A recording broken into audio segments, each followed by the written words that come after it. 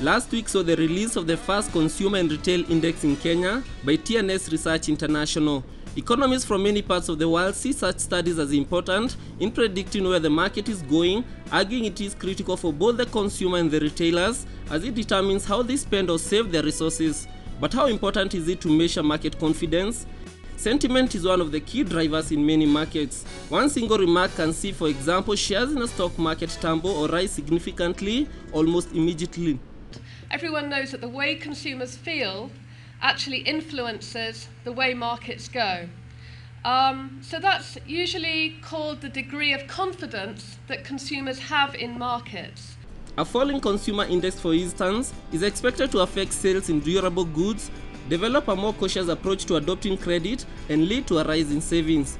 This is useful data for financial institutions, manufacturers, and governments. University of Michigan's monthly consumer index is the internationally recognized index by financial reporters, terming it as economically crucial. The British Broadcasting Corporation business website, for example, has this to say about it.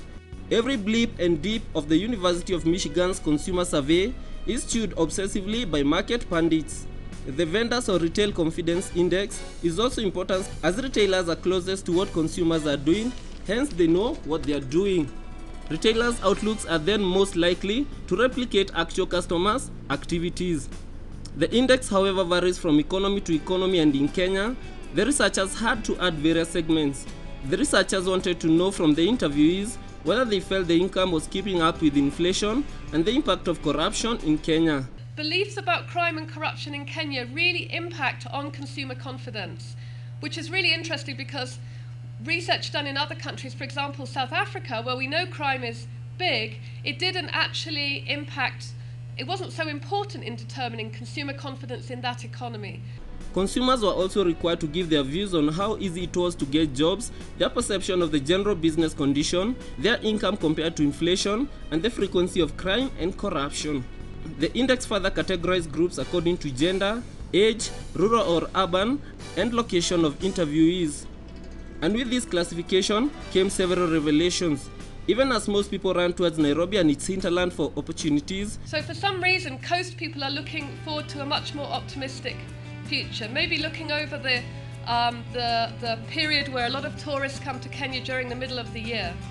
Among the genders, men generally showed more optimism on the economy in the next 6 months than women.